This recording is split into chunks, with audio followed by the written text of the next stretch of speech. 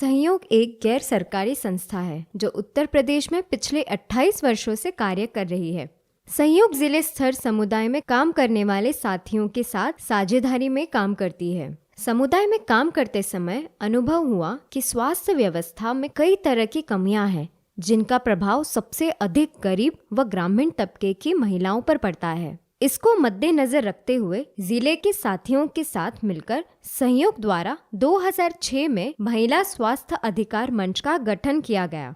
महिला स्वास्थ्य अधिकार मंच यानी MSAM के द्वारा स्वास्थ्य के क्षेत्र में जवाबदेही सुनिश्चित करने का प्रयास किया जा रहा है। महिला स्वास्थ्य अधिकार मंच में उत्तर प्रदेश के 8 जिलों से ग्रामीण स्तर के लगभग 10,000 हाशिए पर रहने वाले समुदाय की महिलाएं जुड़ी है। यह मंच स्वास्थ्य अधिकारों के उल्लंघन की निगरानी करता है, सामूहिक रूप से आवाज उठाता है, जवाबदेही की मांग करता है और अपने अधिकारों के लिए सरकार पर दबाव बनाता है।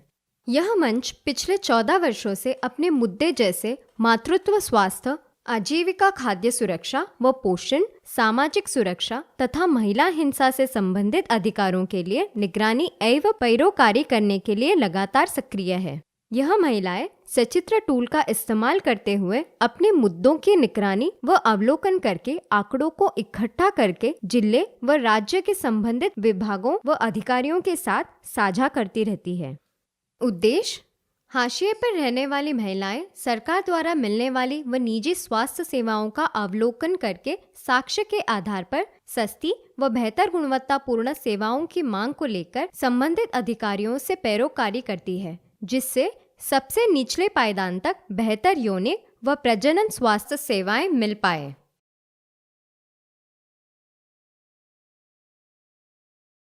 रीना और शमिला, बताओ कैसे हैं आप लोग? बहुत दिनों के बाद हम लोग मिले हैं और बताइए क्या नया कमाल किया है महिला स्वास्थ्य अधिकार मंच की महिलाओं ने? हम सब ठीक हैं दीदी। आपको तो पता है दीदी, कुशीनगर के एक सामुदायिक स्वास्थ्य केंद्र में मंच की एक महिला इलाज के लिए गई थी, लेकिन उसको वहां से दवाएं नहीं दी गई थी और उसको बाहर केमिस्ट से खरीदने के लिए कहा गया था। तो उन्होंने MOIC से बात की और इसका विरोध किया कि इस अस्पताल में हमें मुफ्त में दवा मिलना चाहिए, ये हमारा अधिकार है और सरकारी नियम है। और दीदी, आजमगढ़ व मिर्जापुर में जब महिला स्वास्थ्य अधिकार मंच की लीडर महिलाएं अपने स्वास्थ्य केंद्र की निगरानी करने गईं, तो उन्होंने देखा कि मरीजों और साथ आने वालों के लिए पीने के पानी की कोई सुविधा उपलब्ध नहीं थी। वाटर कूलर तो लगा था, लेकिन वो केवल अस्पताल के कर्मचारियों के लिए आरक्षित था। उस पर जाली लगी थी और ताला लगा था। इसे देखकर लीडर महिलाओं ने चिकित्सा अधीक्षक से इस मुद्दे को उठाया और बात की, जिसके बाद वाटर कूलर को सभी के लिए उपलब्ध कराया गया। अब वहाँ ताला नहीं लगा है। शमीला, क्या तुमने मुजफ्फरनगर जिले के पुरकाजी PHC में मातृ स्वास्थ्य में लापरवाही के 3 मामलों में मंच की महिलाओं के कदम के बारे में सुना? पता है तुमको, महिलाओं ने कार्यकर्ता के साथ मिलकर CMO को लिखित ज्ञापन दिया था, जिस पर CMO ने इस पर संज्ञान लिया और कार्रवाई भी की। एक केस के लिए तो उन्होंने जांच समिति भी बनाई थी, जिसके बाद CMO ने लापरवाही करने वाली स्टाफ नर्स को सस्पेंड कर दिया था। अरे वाह, मंच की महिलाओं ने तो कमाल ही कर दिया। लेकिन क्या ये सब आसानी से हो गया था? नहीं दीदी, ये सब जो बदलाव हुआ है ये आसानी से नहीं हुआ। हम लोगों को इस सब की ट्रेनिंग मिली और हमें सभी बातें अच्छे से बताया गया था कि कोई समस्या हो तो क्या करें, कहाँ जा सकते हैं, किसको फ़ोन किया जाए। इसके लिए हमें कई समस्याएं भी आईं और बहुत मेहनत भी करनी पड़ी है। देखिए दीदी, सरकार द्वारा जो भी नई योजना आती है, नया कार्यक्रम आता है, तो किसी को कोई जानकारी ही नहीं हो पाती है, तो उसका लाभ कोई कैसे लेगा? यहाँ तक कि ये PMJAY का गोल्डन कार्ड आयुष्मान भारत वाला आशा लोग बांटती हैं। और तो और, अगर अस्पताल में जाओ और किसी से पूछो तो वहाँ भी कोई नहीं बताता है। पता तो चलता है कि हर समय कोई नई योजना या कार्यक्रम चलता रहता है, लेकिन गांव समाज में किसी भी गरीब परिवार को कोई फायदा नहीं मिलता है। हर गरीब आदमी का हर जगह, चाहे सरकारी हो या प्राइवेट, पैसा तो खर्च होता ही है।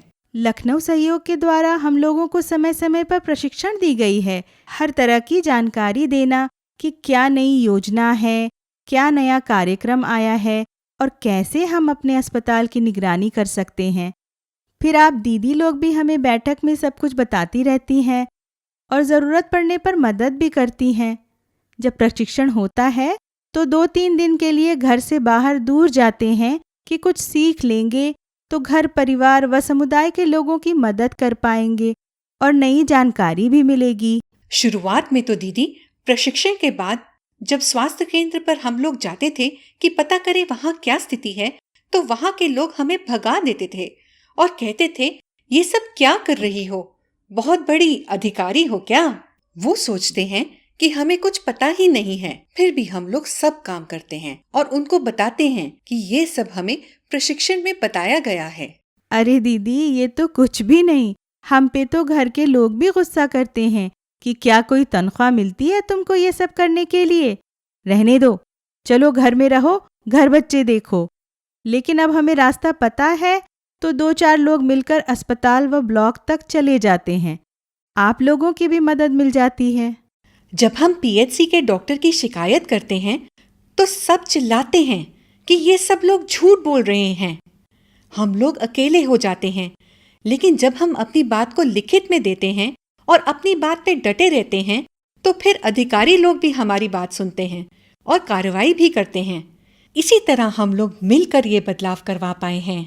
अब MOIC से बात करना हो या किसी और बड़े अधिकारी से बात करना हो तो कर लेते हैं और अपनी बात को अच्छे से रखते हैं। हाँ रीना और शर्मिला, ये सब अकेले और सिर्फ सरकार के वश की बात नहीं है। इसमें समुदाय की भागीदारी भी बहुत आवश्यक है और यह सरकारी लोग भी समुदाय में हर व्यक्ति तक बिना मदद के नहीं पहुंच पाते हैं। हम लोग अब इस बार अस्पताल में मांग पत्र देंगे कि हमारी योजनाएं व हमारे कार्यक्रमों में हमारी भागीदारी भी होनी चाहिए। जैसे VHND के समय हम लोग टीकाकरण, पोषाहार बंटवाना व गर्भवती महिलाओं की जांच हो जाए, इस सब में मदद करते हैं। वैसे ही अन्य आवश्यक स्वास्थ्य सेवाएं सब तक पहुँचे, इसके लिए भी हम लोग आपके साथ पूरी मदद करेंगे।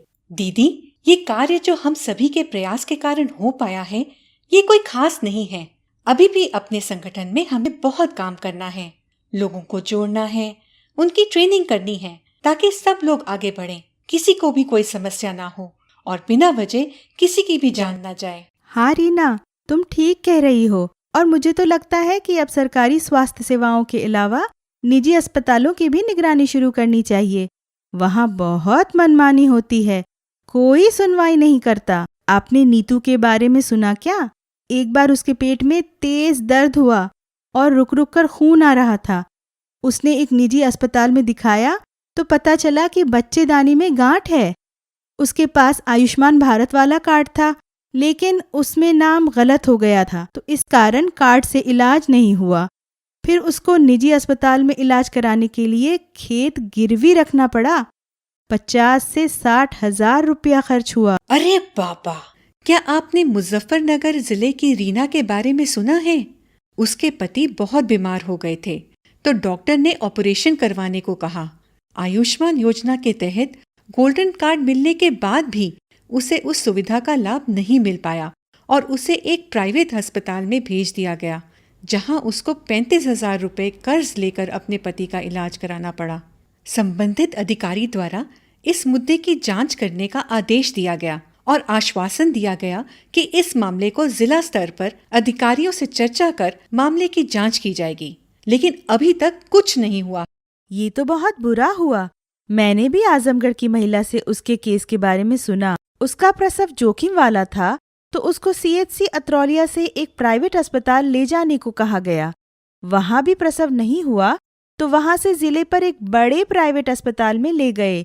वहां ऑपरेशन से बच्चा हुआ, लेकिन डिस्चार्ज नहीं किया गया। 15 दिन हो गए थे, लेकिन पैसे हर 2 दिन में जमा करवाया जा रहा था।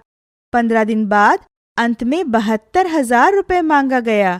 बहुत प्रयास किया, लेकिन 2,000 रुपये कम हो गए तो बात बढ़ गई।